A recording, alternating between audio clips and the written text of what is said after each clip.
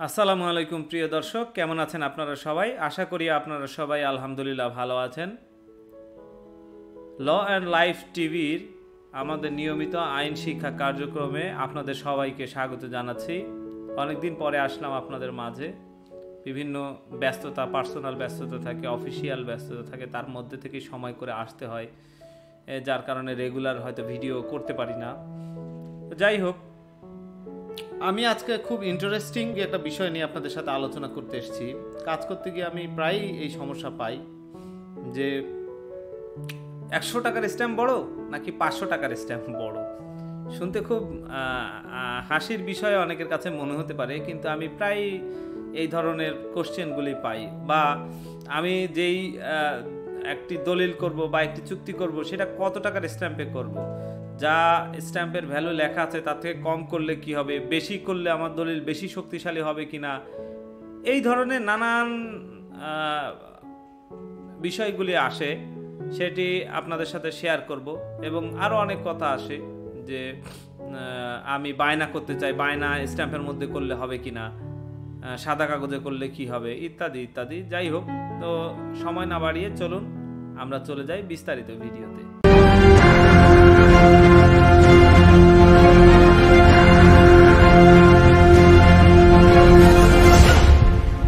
আমাদের আলোচনা শুরু করতে হলে আগে আসলে আমাদেরকে জানতে হবে স্ট্যাম্পটা আসলে কি। স্ট্যাম্পটা আসলে একটি কাগজ যার মূল্যমান রয়েছে। আপনার কাছ থেকে স্ট্যাম্প দেওয়ার বিনিময়ে সরকার টাকা পাচ্ছে, এটি হচ্ছে স্ট্যাম্প। স্ট্যাম্পের কাজটা কি আসলে? স্ট্যাম্পটা আসলে কয়েক ধরনের হয়। জুডিশিয়াল স্ট্যাম্প হয়, নন জুডিশিয়াল স্ট্যাম্প হয়। তো আমার আজকে কথা হবে নন জুডিশিয়াল স্ট্যাম্প নিয়ে। নন জুডিশিয়াল স্ট্যাম্পটা কি আসলে? যেটি বিচারিক কাজে ব্যবহৃত হয় না, নর্মাল দলিল দস্তাবেজ লেখার কাজে ব্যবহৃত হয়, এটি নন জুডিশিয়াল স্ট্যাম্প। আর জুডিশিয়াল স্ট্যাম্প কি? যেটি আসলে বিচারিক কাজে ব্যবহৃত হয় তাকে। আর অ্যাডহেসিভ স্ট্যাম্পটা ডিসি অফিস থেকে ব্যবহার করা হয়ে থাকে, বা বিভিন্ন সরকারি অফিস থেকে ডাক টিকিটের উপরে দেখবেন যে স্ট্যাম্প থাকে। এখন তো আসলে ওইভাবে ডাক টিকিট নাই, এক সময় ছিল, হোয়াটএভার। তো স্ট্যাম্পের কাজটা কি আসলে? স্ট্যাম্পের কাজ হচ্ছে এইটার মাধ্যমে সরকারের রেভিনিউ নেওয়া, এবং এর আইনগত কিছু পাওয়ার দেওয়া হয়েছে, যেই পাওয়ারের বলে কোনো দলিল করতে হলে আসলে ওই স্ট্যাম্পগুলি প্রয়োজন হয়। এই স্ট্যাম্পগুলির মাধ্যমে আপনি বিভিন্ন ধরনের দলিল করতে পারবেন, বা যেটি বললাম যে জুডিশিয়াল স্ট্যাম্প হলে সেই বিচারিক কাজে সেই স্ট্যাম্পটা ব্যবহৃত হবে। মূলত আসলে এগুলির মাধ্যমে গভর্নমেন্ট রেভিনিউটা কালেক্ট করবে। এটি হচ্ছে গিয়ে স্ট্যাম্পের মূল কাজ। এরপরের প্রশ্ন যেটা, কেন আমি স্ট্যাম্প পেপার ব্যবহার করব? আমি তো সাদা কাগজের উপরেও দলিল করতে পারি, তাহলে স্ট্যাম্প পেপার কেন আমি ব্যবহার করব? কারণ আইন করে আপনাকে বলা হয়েছে আপনাকে স্পেসিফিক কিছু কাজের ক্ষেত্রে স্ট্যাম্প পেপার ব্যবহার করতে হবে। যেমন উদাহরণ হিসেবে আমি যদি বলি, আপনি একজনের সাথে একটি চুক্তি করবেন, সেই চুক্তিটা আসলে আপনি মৌখিকও করতে পারেন, আপনি সাদা কাগজে লিখেও করতে পারেন, আপনি স্ট্যাম্প পেপারেও করতে পারেন, আবার এটা সাব রেজিস্ট্রি অফিসে গিয়ে রেজিস্ট্রি করতে পারেন। It's up to you. তাহলে আবার স্ট্যাম্পের দরকারটা কি? হ্যাঁ, কারণ আপনাকে যদি গভর্নমেন্টের কাছ থেকে রেমেডি চাইতে হয়, আপনাকে যদি আদালতে গিয়ে রেমেডি চাইতে হয়, তাহলে আইনে বলা আছে যে আপনাকে স্ট্যাম্প পেপার ব্যবহার করতে হবে, এবং কোন কাজের জন্য কত টাকার স্ট্যাম্প পেপার ব্যবহার করতে হবে সেটিও বলা আছে। সুতরাং আপনি যদি মৌখিকভাবে করেন, সেটিও এক ধরনের আপনার অ্যাগ্রিমেন্ট হবে, কিন্তু সেটির মাধ্যমে আপনি আদালতে গিয়ে মামলা করে খুব বেশি সুবিধা করতে পারবেন না। কিন্তু যদি এটি 300 টাকার একটা স্ট্যাম্পের মধ্যে হয়, তাহলে কিন্তু অবশ্যই আপনি আদালতে খুব ভালো রেমেডি পাবেন। আচ্ছা, পরবর্তীতে আবার আমরা যেটি নিয়ে আলোচনা করব তা হচ্ছে কোন দলিল কত টাকার স্ট্যাম্পে হবে। এটি আমরা অনেকেই জিজ্ঞাসা করে থাকি। অ্যাকচুয়ালি এই কথাটি বলতে গেলে আমার ভিডিও অনেক বড় হয়ে যাবে। আমি হয়তো ভবিষ্যতে কোন দলিল কত টাকার স্ট্যাম্পে হয় আমি দিব। খুব সহজ বিষয়, আপনারা স্ট্যাম্প একটা শিডিউলের মধ্যে গিয়ে পেয়ে যাবেন যে কোন দলিলের জন্য কত টাকার স্ট্যাম্প লাগে, পরিষ্কার করে বলা আছে। কন্ট্রাক্টের জন্য কত, আপনার পার্টনারশিপের জন্য কত, এরকম বিভিন্ন ধরনের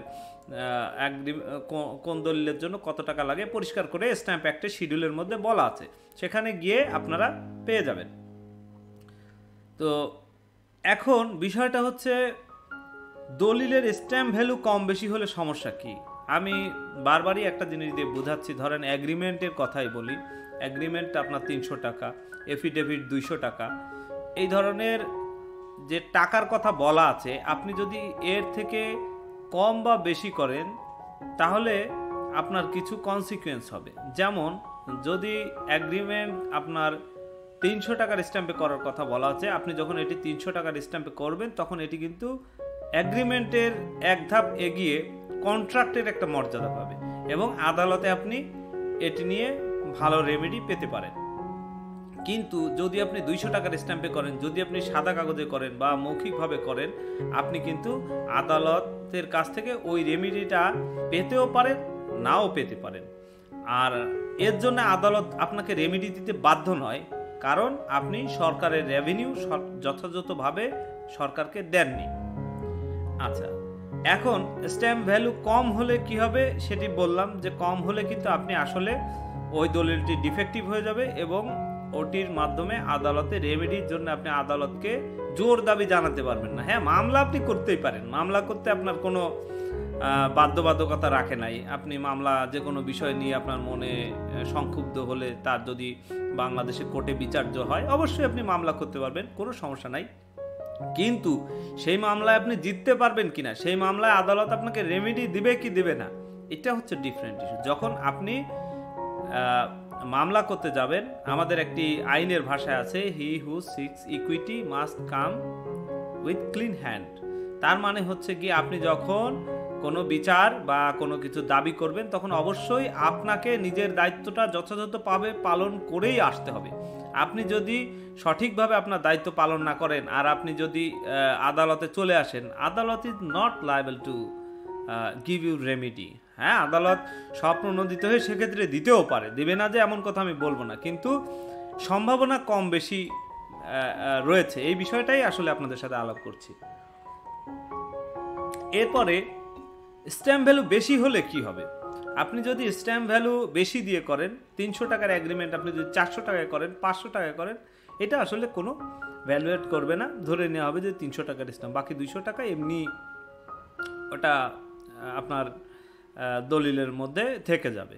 আমি বলবো না যে আপনার দলিল ডিফেক্টিভ হয়েছে, কারণ আপনি তো 300 টাকার স্ট্যাম্প অলরেডি দিয়েছেন, 200 টাকা বেশি দিয়েছেন।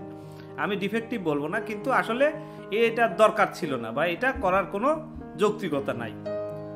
এরপরে যেটি আসছে, যে দলিল, সাদা কাগজ, স্ট্যাম্প, রেজিস্ট্রি, এগুলির মধ্যে আসলে তফাৎটা কি, মানে এত ঝামেলা কিসের জন্য? একটা দলিল, তাও আবার কোনোটা রেজিস্ট্রি করো, কোনোটা স্ট্যাম্পে করো, কোনোটা নোটারি করো, কোনোটা আবার ম্যাজিস্ট্রেটের কাছ থেকে নোটারি করে নাও, কোনোটা আবার সাদা কাগজে করো। হ্যাঁ, এই ধরনের বিষয়গুলি আসলে কেন? এই কনফিউশনগুলি অনেকের মধ্যেই থাকে, অনেকে প্রশ্ন করে থাকেন। বিষয়টা আসলে দলিল সাদা কাগজে আমাদের দেশে আসলে ওইভাবে হওয়ার সুযোগ নাই, কারণ আমাদের দেশে কোন দলিল কত টাকার স্ট্যাম্পে হবে সেটা বলে দেওয়া আছে। তবে হ্যাঁ, যদি এটি ফরেন পাওয়ার অফ অ্যাটর্নি হয়, আপনারা যদি কেউ দেখে থাকেন ফরেন পাওয়ার অফ অ্যাটর্নি, তবে কিন্তু এটি সাদা কাগজেই ড্রাফট হবে, কারণ বাংলাদেশের টেরিটরির বাইরে বাংলাদেশের stamp is not valid. So আপনার ওই দলিলটি যেটি আপনার ফরেন টেরিটরিতে যাবে, সেই দলিলটি কিন্তু আসলেই আপনি স্ট্যাম্পের উপরে করতে পারবেন না, সাদা কাগজে করতে হবে। কিন্তু আমাদের দেশে যদি কোনো সাদা কাগজে লিখে রাখেন, এটা কিন্তু আসলে আইনগতভাবে এর ভ্যালিডিটি হবে না। তবে আবার এই কথাও আমি পরিষ্কার করে বলতে পারছি না, কারণ যদি কোনো দলিল পুরাতন আমলের হয়ে থাকে, সেক্ষেত্রে এটি এভিডেন্স অ্যাক্টে যথাসম্ভব আমার মনে পড়ে 37 ইয়ার্স হয়তো, তো এইরকম 30-35 বছর অধিক যদি দলিলটির বয়স হয়ে যায়, সেক্ষেত্রে কিন্তু এর একটা এভিডেন্সিয়াল ভ্যালু আছে। এই দলিলটাকে আমি মানে সরাসরি বাতিল বলতে পারছি না। যদি সাপোর্টিং এভিডেন্স, যে গ্রামের লোকজন ছিল তারা যদি বলে, চেয়ারম্যান যদি বলে যে হ্যাঁ আমার সামনেই বসে এটি লেখা হয়েছিল আজ থেকে 35-40 বছর আগে, তো সেক্ষেত্রে কিন্তু এই দলিলের একটা ভ্যালু থেকেই যায়। আমি আসলে বলতে পারছি না, কিন্তু বর্তমানে যদি আপনি করেন, এটা আসলে আইনগতভাবে এনফোর্সেবল হবে না। আচ্ছা, এরপরে আপনি স্ট্যাম্পে করলে কি হয়, যেই জিনিসটা স্ট্যাম্পে করার কথা আছে বলা আছে আইনে, সেই জিনিসটা আপনাকে স্ট্যাম্পে করতে হবে। যেমন অ্যাগ্রিমেন্ট, যেমন এফিডেভিট, যেমন পার্টনারশিপ ডিড, হ্যাঁ, এরকম জিনিসগুলি আপনাকে, যেগুলি আইনে বলা আছে যে স্ট্যাম্পের মধ্যে করতে হবে, একটা স্ট্যাম্প ভ্যালু দিয়ে, সেটি আপনি এভাবেই করবেন। যেমন গাড়ির বা কোনো ধরনের মুভেবল প্রপার্টির সেল দলিল, এটি আপনি 300 টাকার স্ট্যাম্পে বা ওই সংশ্লিষ্ট যে আইন আছে সেই অনুযায়ী স্ট্যাম্পে যদি আপনি করেন, সেটি কিন্তু স্ট্যাম্পে করাটাই যথেষ্ট, এটি বৈধ এবং এর মাধ্যমে আপনি রেমেডি পাবেন। বিয়ে শাদীর বিষয়ে কোথাও কোথাও 500 টাকা 400 টাকার স্ট্যাম্প আছে, এই সময় এই স্ট্যাম্প ভ্যালুগুলি দিয়ে আপনি করবেন, আপনার স্ট্যাম্পে করলেই হয়ে যাচ্ছে। এগুলি রেজিস্ট্রি করা, সাব রেজিস্ট্রি অফিসে রেজিস্ট্রি করার দরকার নাই। তবে আবার বিয়ের কথা বললে আবার ভাববেন না যে না, বিয়ে রেজিস্ট্রি করতে আমি নিষেধ করছি। বিয়ে অবশ্যই কাজী অফিসে রেজিস্ট্রি করতে হবে, কিন্তু যে এফিডেভিটগুলির কথা বলছি, যে এই এফিডেভিটগুলি বা এই ধরনের দলিলগুলি রেজিস্ট্রি করার দরকার নাই। আচ্ছা, তাহলে রেজিস্ট্রি কোনগুলি লাগবে? রেজিস্ট্রেশন অ্যাক্টের 17A ধারাতে বলে দেওয়া আছে, এক্সকিউজ মি, কোন কোন ধরনের দলিল আপনাকে রেজিস্ট্রি করতে হবে। সেই দলিলগুলি আপনাকে সাব রেজিস্ট্রি অফিসে গিয়ে রেজিস্ট্রি করতে হবে। আবার কিছু কিছু দলিল আছে, ইটস আপ টু ইউ, আপনি রেজিস্ট্রি করতে চাইলেও করতে পারেন, না করলেও নাও করতে পারেন, বলছি। আচ্ছা, রেজিস্ট্রি কোনগুলি করতে হবে? যেমন পরিষ্কার করে বলা আছে যে any documents relating to immovable property must be registered. যে জমি জমা, বিল্ডিং, এগুলি নিয়ে যখন ফ্ল্যাট নিয়ে কোনো এগ্রিমেন্ট হবে, কোনো দলিল হবে, কোনো চুক্তি হবে, কোনো ধরনের কোনো ট্রান্সফার হবে, অবশ্যই এগুলি কিন্তু রেজিস্ট্রি করতে হবে। আবার কিছু কিছু ডকুমেন্ট আছে, ইটস আপ টু ইউ, আপনি রেজিস্ট্রি করতেও পারেন, নাও করতে পারেন। যেমন পার্টনারশিপ ডকুমেন্ট, পার্টনারশিপ এগ্রিমেন্ট বা পার্টনারশিপ ডিড যেগুলি আমরা বলি, এগুলি কিন্তু আসলে রেজিস্ট্রি ম্যান্ডেটরি না। এটা অনেকেই 2000 টাকার স্ট্যাম্পে, মানে 50,000 টাকা যদি পার্টনারশিপ ভ্যালু হয় তাহলে 1000, আর বেশি, এর বেশি হলে 2000 টাকার স্ট্যাম্পে কিন্তু আপনাকে দলিল করে পার্টনারশিপটা রেজিস্ট্রি করলেও করতে পারেন, নাও করতে পারেন, কিন্তু এই স্ট্যাম্প ভ্যালু দিয়ে আপনাকে দলিলটি করতে পারেন। অনেকে জয়েন্ট স্টকে গিয়ে ওখানেও নিবন্ধন করে নেয়। তো এটা নির্ভর করে আপনার উপরে, আপনি না করলে আপনার এটা অবৈধ হয়ে যাবে, না করলেও করতে পারেন। সেক্ষেত্রে আপনার একটা এক্সট্রা বেনিফিট অ্যালাউড হলো যে দলিলটা রেজিস্টার্ড, একটু মজবুত হলো। কিন্তু আর যদি আপনি রেজিস্ট্রি যদি না করেন, তাহলে যে এটা সরাসরি বাতিল হয়ে যাচ্ছে বা এটার লিগাল ভ্যালিডিটি থাকছে না, বিষয়টা কিন্তু তা না, কিছু কিছু এক্সেপশন আছে। তো মূলত আসলে যেই দলিলগুলি স্ট্যাম্পের ভিতরে করতে বলা হয়েছে, এটি আপনাকে স্ট্যাম্পে করতে হবে। যেই দলিলগুলি আপনাকে রেজিস্ট্রি করতে বলা হয়েছে সে আইনে, সেগুলিকে রেজিস্ট্রি করতে হবে। এখন আপনি তো আসলে আইনজীবী না, আপনি সব জানবেনও না। যখন আপনি যেই বিপদে পড়বেন, আপনি আইনজীবীর পরামর্শ নিয়ে সেই অনুযায়ী কাজ করবেন। আচ্ছা, এরপরে আরেকটা কথা আমি আপনাদেরকে বলেছিলাম যে এগ্রিমেন্ট আবার কন্ট্রাক্ট হয়ে যাবে। 300 টাকার স্ট্যাম্পে যদি করেন, তখন এটি কন্ট্রাক্টের মর্যাদা পাবে। আমি বলেছিলাম বিষয়টা আসলে কি সেটি একটু বলি। ধরেন আপনি একটি চুক্তি করলেন, যেই চুক্তিটা আইনসম্মতভাবে করলেন, আইনে যেভাবে বলা আছে সেইভাবে করলেন, তাহলে কি হবে, সেটি আদালতে অ্যাডমিসেবল হবে এবং আদালতে বিচার্য হবে। আদালতের কাছ থেকে আপনি রেমেডি, আপনার অধিকার হয়ে যাবে আদালতের কাছ থেকে রেমেডি পাওয়া। যেটি বললাম যে আপনি যদি কোনো চুক্তি 300 টাকার স্ট্যাম্পে করেন, তখন এই চুক্তিটি কিন্তু আপনার কন্ট্রাক্ট হয়ে যাবে এবং এই কন্ট্রাক্টের বলে আপনি আদালতে স্পেসিফিক পারফরমেন্স অফ কন্ট্রাক্টের মতো একটি গুরুত্বপূর্ণ ধারায় আপনি আদালতে মামলা বা মোকদ্দমা করতে পারবেন। আর যদি আপনি দেখা যাচ্ছে যে এই 300 টাকার ডিডে না করে আপনি 100 টাকা বা 200 টাকা ডিডে করলেন, তাহলে কি হবে, তাহলে আপনার এটি আদালতে সরাসরি ওইভাবে অ্যাডমিসেবল হবে না। আপনি মামলা করতেও পারেন, আদালত চাইলে রেমেডি দিতেও পারে, নাও দিতে পারে। এটা আপনার অধিকারের পর্যায়ে ওইভাবে যাবে না, আদালত আপনাকে রেমেডি দিতে বাধ্য না। এই হচ্ছে অ্যাগ্রিমেন্ট আর কন্ট্রাক্ট। অ্যাগ্রিমেন্ট মানে হচ্ছে জাস্ট আপনি আর আমি অ্যাগ্রি করলাম, এটা অ্যাগ্রিমেন্ট। আর যখন এটা একটা কন্ট্রাক্ট হয়ে যাবে, আপনি লিগাল ফর্মালিটিস পূরণ করে ফেলবেন, তখন এটার একটা লিগাল ভ্যালিডিটি এবং লিগাল এনফোর্সেবিলিটি চলে আসবে। তো এটাই অ্যাগ্রিমেন্ট এবং কন্ট্রাক্টের মধ্যে তফাৎ, যে অ্যাগ্রিমেন্ট আসলে লিগাল ভ্যালিডিটি পেতেও পারে, নাও পেতে পারে, এটা দিয়ে আদালতে এনফোর্সেবল হতেও পারে, রেমেডি আপনি আদালত থেকে পেতেও পারেন, নাও পেতে পারেন।